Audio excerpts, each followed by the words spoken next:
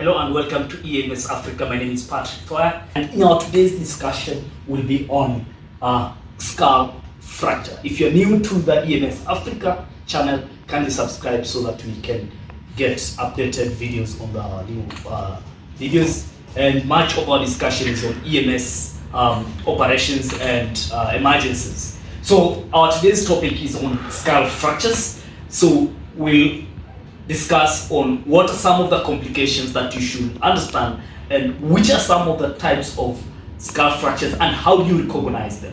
So to begin with, let's start with the complications. So whenever you're responding to any call and you have these type of fractures, then you must have the following complications in your mind so that that can inform your priority in your management. So one of the things that you need to, one of the complications we have when it comes to skull fracture is that dural defects. That is, this can mostly caused by when we have a depressed fragments.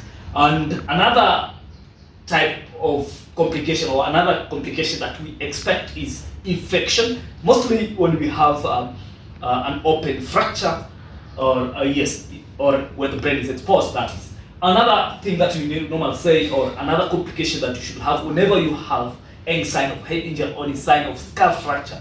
Then think of the worst, and that is the brain itself. That is their possibility that the brain can be damaged. Okay, but apart from that, also the nerves becomes our concern. Remember, most of the nerves are at the base of the skull. So whenever we have a skull fracture, then we expect to have the nerves can also be affected.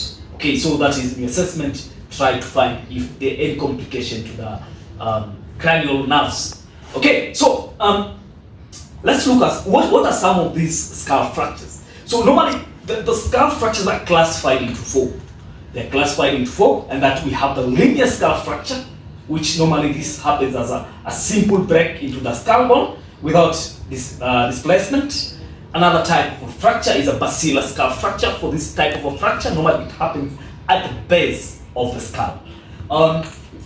Another type of a fracture is the depressed skull fracture. So for this depressed skull fracture, most of the time you have that the skull bone is being pushed inwards, and mostly you can see that either through your palpation. Most of the time through your palpation you can see that.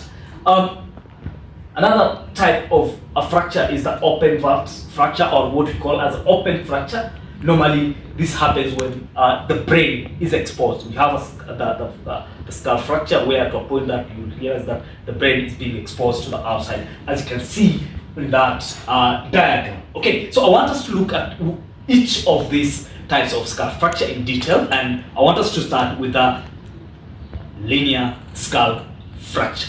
So for the linear skull fracture, most of the time we say that it might not be easy for you to find it in the pre-hospital. Most of the time this type of a fracture will be identified in the hospital, especially after an X-ray. Okay, and one thing you need to note is it has the lowest rate of complications. Yeah, we're not much worried for this skull fracture, but sometimes if it's associated with a scalp laceration, it can bring about infection. That's something to note. And again, if this type of a fracture can also bring about the epidural bleeding, especially when it happens across the meningeal groove in the temporal and parietal area, at the midline or at the occipital area. It can bring about the epidural bleeding because of the middle cerebral artery can be affected. Okay, so that's about the linear skull fracture. So I want us to look at the second type of a skull fracture, and that is the basilar skull fracture. Okay, so one thing to note, this type of a fracture, it cannot be identified through an X-ray. Most of the time we say, for you to recognize a basilar skull fracture, you depend on the clinical presentation of the patient. Okay, that we say it happens at the base of a fracture. No X-ray, no MRI can expose this type of injury. So you rely on the clinical sign. Which are some of the clinical signs? One of the things is CSF, what you call the cerebral spinal fluid leak. And one thing that I want to tell you is that this is the first sign. This is the sign that you pick in the pre-hospital. The other signs normally they happen, they are late signs. Most of the time, you may not, before they develop, you'll have handed over this patient to the hospital. But another sign you expect is, one is the battle sign. That is when you have the battle sign that we say, mostly there's ecmosis over the mastoid process. This is around the, when you see this, know that it's a fracture at the temporal bone. And most of the time, you'll find that this is the discoloration around just behind the ear. So apart from that, we can have bleeding inside the ears. When you check inside, you can also see that discoloration, and that is another sign. And also we can have the discoloration around the eyes. That is a sign that we call a raccoon eyes. You expect those 4 signs of, those are the 4 clinical signs of basilar skull fracture. One thing to note for this type of a skull fracture, most of the time it is associated with traumatic brain injury and the nerve, also nerve damage. So whenever we see all these signs of a basilar skull fracture, just know that the brain is at a high risk. Also do neurological examination to find the function of the brain, or in your management, ensure you manage this well so that the secondary brain injuries don't develop. Okay, let's look at the third type of a fracture, and that is a depressed skull fracture. So for the depressed skull fracture, mostly affect the parietal bone and frontal bone.